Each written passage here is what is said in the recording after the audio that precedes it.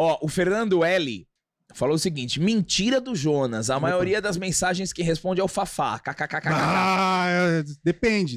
Ele falou assim: tô aperfeiçoando meu inglês graças ao método BWay. Obrigado, linhagem. Obrigado, professor. Tamo junto. Quem é que falou aí? Fernando L. Fernando fez o L. Cara, um grande abraço pra você, Fernando fez o L. Fernando fez o L.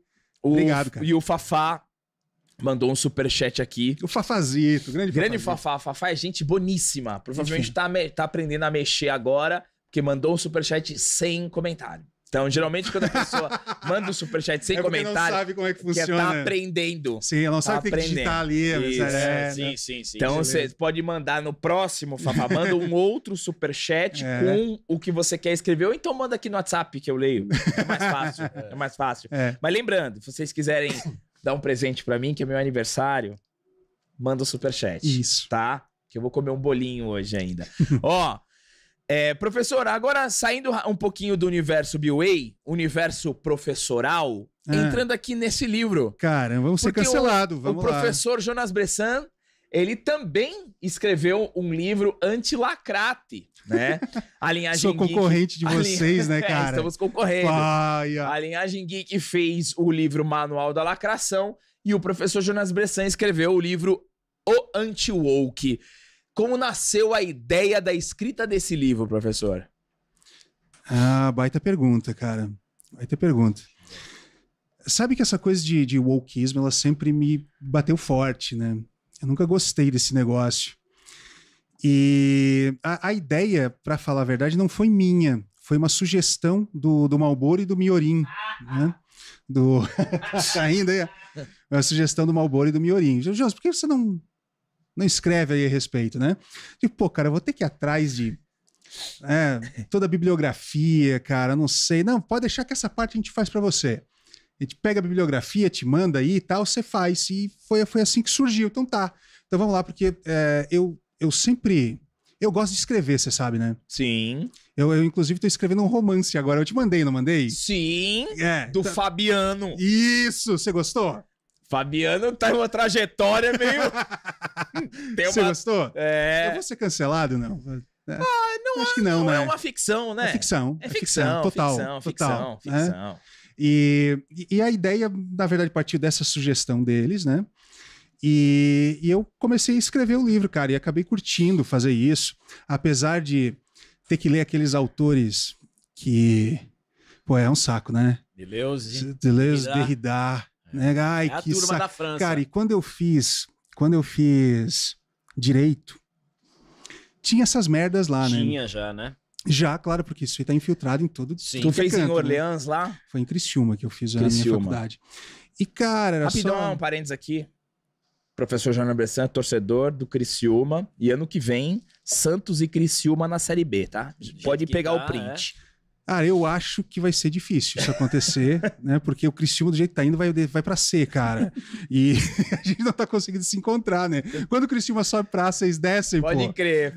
Que saco, né, cara? E cara, quando eu comecei, de novo, começar a ler esses autores, foi muito difícil, cara, porque é muito chato.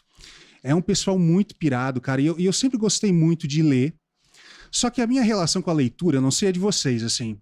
Mas eu quero sempre ler, e eu leio bastante, mas é quando eu quero saber alguma coisa. Uhum.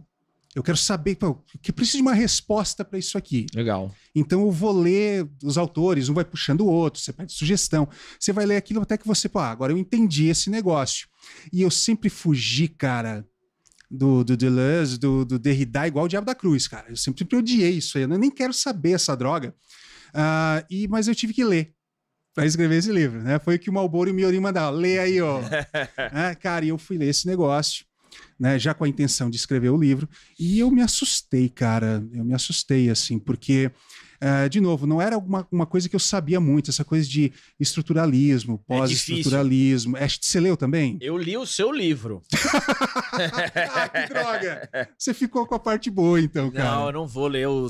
Assim, pro nosso, né? A gente também teve que ler muito. Mas vocês foram mais para aquela ideia mais pro Frankfurt, né? Mais frankfurtiana. A gente até cita essa parte do estruturalismo, Mas eu até falei com o Malboro, aliás, um salve pro Malboro. Salve, Malboro. Grande Malborão. Grande Malboro, Geral 2. Grande Malboro, começou! O Malboro me ama.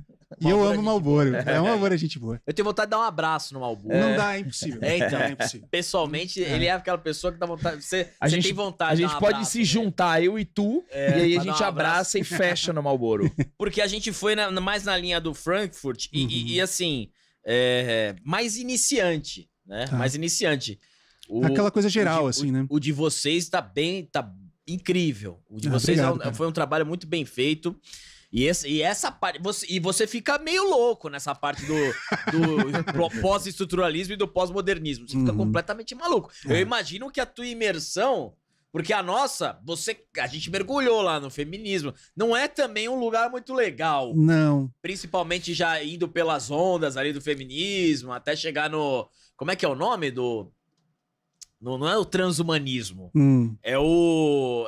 É feminismo ciborgue. Ah, o ciborgue. É o Feminismo ciborgue é incrível, então, meu. Feminismo é ciborgue. Nome de filme Então, isso. Cuidado, hein? A gente Você chegou no final do livro? Sim, eu li. Leu o final dele? Sim. O pós-woke? Sim. O além do woke? Além do woke, tá aqui, ó. Eu tive que ler essa droga, cara. No fundo do poço havia um alçapão. É da vila, né? Esse aí, né? Só vai sobrar o alçapão da vila. Cara, é um negócio tão maluco assim. E eu fiquei muito curioso. Lógico, quando a gente tá lendo, eu não sei se você ficava nervoso, eu ficava. Ficava muito nervoso. Como é que você tá falando esse absurdo, né? E o negócio só vai piorando com o tempo. Só vai piorando, né? Vai passando do estruturalismo, vai pro pós-estruturalismo, vai modernismo, pós-modernismo. Aí juntos, mistura. Cara, você chega naquela coisa de decolonialismo. Eu lembro que eu vi esse negócio de decolonialismo na faculdade já. Sim. Aquela coisa da Pachamama. Sim. É um negócio, cara, que você não consegue... Você chega num momento que você não consegue mais analisar o texto em si. Você, para entender aquilo ali, você tem que analisar psicologicamente o que o autor quer. Exato. E tem até uma parte, na minha opinião, né, humildíssima, tem muita coisa espiritual nisso, cara. Tem. Porque assim, como é que esse cara chegou nessa conclusão? Porque o pós-estruturalismo, você sempre tá negando o passado negando e o conceito. Limites, né? E o conceito, exato. Então ele abole qualquer tipo de transcendência. Então, cara, falei assim, meu, pra o cara chegar nessa de ignorar tudo que vale a partir de agora, o mundo é uma brincadeira, o mundo começa no Instagram, é difícil, cara. Sabe que essa coisa do estruturalismo, do pós-estruturalismo, porque pra quem não conhece, é um negócio mais ou menos assim, é uma maneira... É a sociologia sempre fazendo besteira, né? A sociologia não devia existir, né? Eu vou deixar claro. Eu concordo. Não deve existir essa porcaria, porque não existe como você... criar um sistema de funcionamento do mundo. Você não tem como fazer um negócio desse. Porque você está contido no mundo, você não pode fazer uma coisa que o mundo esteja contido na tua cabeça. Perfeito. Isso é coisa de maluco. Somos seres individuais. Exato. Então, o que acontece ali, cara? No estruturalismo, você tinha aquela coisa, você analisaria certos fenômenos da sociedade que se repetem. Por exemplo, você vai analisar uma certa sociedade, você vai se distanciar daquela sociedade, né? Tem aquela tentativa. Aí você vai ver, aqui existem casamentos. Então tem o casamento aqui, outro casamento aqui, são fenômenos que existem, se repetem. Então você pega aquele fenômeno, o analisa e formula uma lei geral. Já que existem casamentos, as pessoas se casam. Só que nem todas se casam. Né? Você cria leis gerais, então você começa a visualizar certos fenômenos, sempre generalizando. Existia um caso de... Eu não sei se eu posso falar racismo aqui? Pode. Pode? Eu odeio ficar cortando palavras. Isso é uma merda. Então, isso aí tem, né? Total. Então é assim, como é que você vai discutir o problema do racismo se você não pode falar? Bando de burro, né, cara? Tudo bem. Então teve um caso de racismo aqui, teve outro aqui, e eles foram perpetrados contra pessoas negras. Portanto, eu crio uma lei geral que diz que todo branco é racismo. Sim, então, você cria essas leis gerais e você diz que isso é a estrutura da sociedade. E você impede o debate do contraditório. Isso. Com a censura.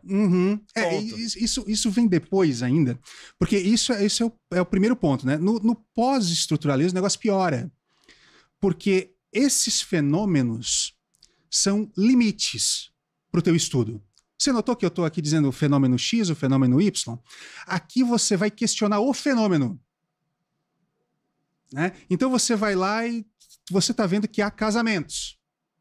Você não vai dizer que há casamentos, portanto, não sei o que. Não, você vai dizer assim, o que é um casamento?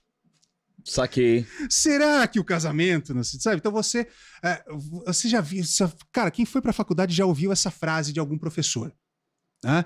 Que é, nós temos que desconstruir, né, tal coisa, e vamos construir outro. Porque na cabeça dessa gente histriônica, histérica, a realidade é moldada a partir das palavras que você utiliza, a partir dos conceitos que você dá, e isso aí vai moldar o mundo.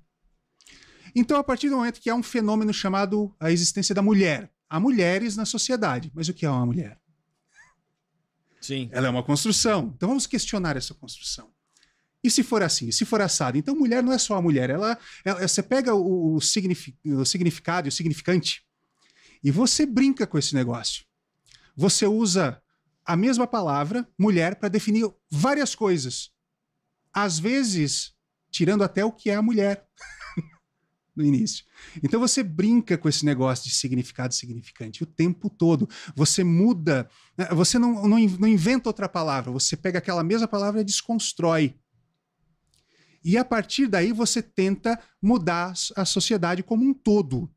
Né? Aí nós temos um problema, porque isso aí foi feito nos departamentos de inglês das universidades americanas, trazidos pelo Derrida, né? Você já citou aqui. Sim. O que acontece com essa galera? Eles conseguem espalhar isso aí para todas as universidades nos Estados Unidos, cara. Todo mundo vai nessa, porque eles estão num departamento, numa matéria que ela é obrigatória para todos os cursos. Ah, você vai estudar astrofísica, você vai ter lá uma matéria de língua inglesa. Você vai ter contato com a teoria do Derrida, você vai ter isso, obrigatoriamente. E, logicamente, como nós aqui no Brasil, nós sempre inventamos coisas novas, nós trazemos tudo dos Estados Unidos. Tudo importado. É muito mais lindo, é muito mais fofo, claro. Né? E a gente coloca nos nossos departamentos também. Em todos os cursos. A gente traz tudo dos Estados Unidos, mas ao mesmo tempo a gente é contra o imperialismo. Sempre. Sempre contra o imperialismo. Aí eu coloco uma fralda e vou aguardar o tchau da Lady Gaga. É assim que funciona o Brasil. O Brasil é foda, cara. O Brasil é foda. O Brasil, que pra mim nem sequer existe, tá? Mas se você quiser, eu até falo disso. Pra mim é uma coisa inexistente. Mas, voltando aqui, eu tava falando desse pessoal, né, que fez isso. E esse pessoal, cara, das grandes universidades americanas, da Ivy League, né, que são as famosas, né, Harvard, Yale, né, eles saem dessas universidades e eles vão para grandes postos no mercado de trabalho, inclusive para as Big Techs, né?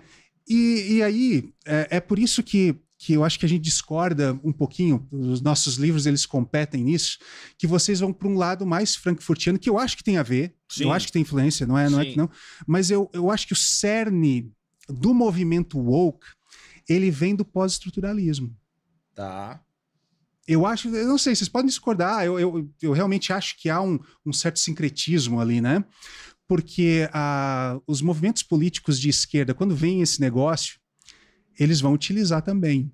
Eles vão estar juntos nisso aí. Opa! Sim. Então eu vou defender minorias, vou fazer não sei o quê. Então você não pode dizer que o tal lá que gritava vai Corinthians é homem, é mulher. Então você faz tudo isso, né? Então você aproveita toda essa ideia para colocar a política partidária de esquerda nisso aí, né? Você faz isso. Então há logicamente uma aproximação. Mas ao mesmo tempo, você tem que lembrar que para o marxista o mundo é dialético. O que é bom hoje, eu uso para mim, então vou me beneficiar. Se amanhã isso for ruim, eu descarto. Né? Então você pode ver, já começou a ter isso, tá? Que agora tem gente dizendo que o woke, na verdade, é uma coisa de direita. Sim, né? Já tem. Né? Por quê? Porque nós, da esquerda, somos do sindicalismo. Show de fábrica. Show de fábrica. Porra, cara, é se catar, né? E já tá gerando uma pequena rusga aí entre o pessoal woke e o pessoal como é que a gente pode falar isso? A esquerda raiz? Isso, sim. Vamos botar assim? Né? Já tem esse contraponto. Por quê? Porque a tendência do pós-estruturalista é questionar tudo e desconstruir tudo, inclusive o marxismo.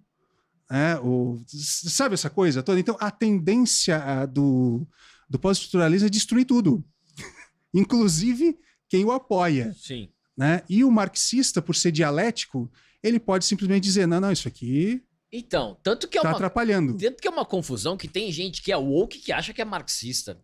E tem gente que é marxista e acha que é woke. Mas aí depende da pessoa, assim, ó, porque tem todo tipo de filha da puta no mundo. Sim, sim. Né? Então tem gente que diz assim, não, eu sou woke. Desculpa, Gabriel, você você tem, por exemplo, o cara que é marxista, né? Aquele marxista clássico, que teoricamente ele detestaria qualquer coisa woke.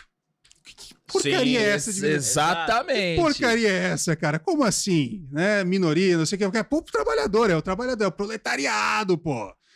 Só que o marxista clássico, ele é tão, mas tão filho da puta que ele, sabendo disso, ele se utiliza da pauta woke, porque aquilo tá sendo bom, tá sendo benéfico pro movimento dele. E o outro é a mesma coisa. Exato. O pós-estruturalista é a mesma coisa. Até o momento que o pós-estruturalista começar a questionar o marxismo. Isso. Ou começar a atrapalhar o plano de poder do marxista. Porque a partir do momento que o marxista, né, começa a perder público por causa de pauta LGBTQIA+, pauta do movimento negro, a partir do momento que isso começa a atrapalhar no projeto de poder, ele vai, não, isso aqui é coisa de direita, veio lá dos Estados Unidos, imperialista, e não é a gente. A gente é movimento sindical, a gente vai tocar aqui, ó. Isso vai acontecer, você pode ter certeza.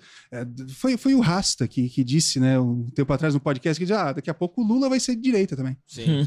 Sim, a partir do momento que o Lula não tiver uma imagem legal e atrapalhar os planos de poder da esquerda, ele tem que ser colocado como um extremista, fascista. Eles já estavam falando que o Maduro era de direita? Sim, mas isso vai acontecer. E cada vez mais. Sim. Tudo que atrapalha o marxista, ele rejeita e diz que é de extrema direita. Sim. Não enquanto ele consegue utilizar. Se ele consegue utilizar, ele fica ali de boa.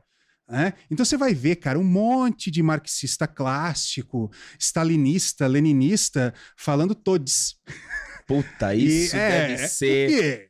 Tem, cara, tem esse negócio, Cara, um stalinista, bicho, falando todes, ele ia pro paredão fácil, cara, por isso. Mas ele, se você dar uma olhadinha em alguns canais aí, eles estão fazendo isso. E eles têm dentro do partido a ala LGBT, a ala do movimento negro, a ala das minorias em geral, né, cara? Eles têm isso dentro dos partidos.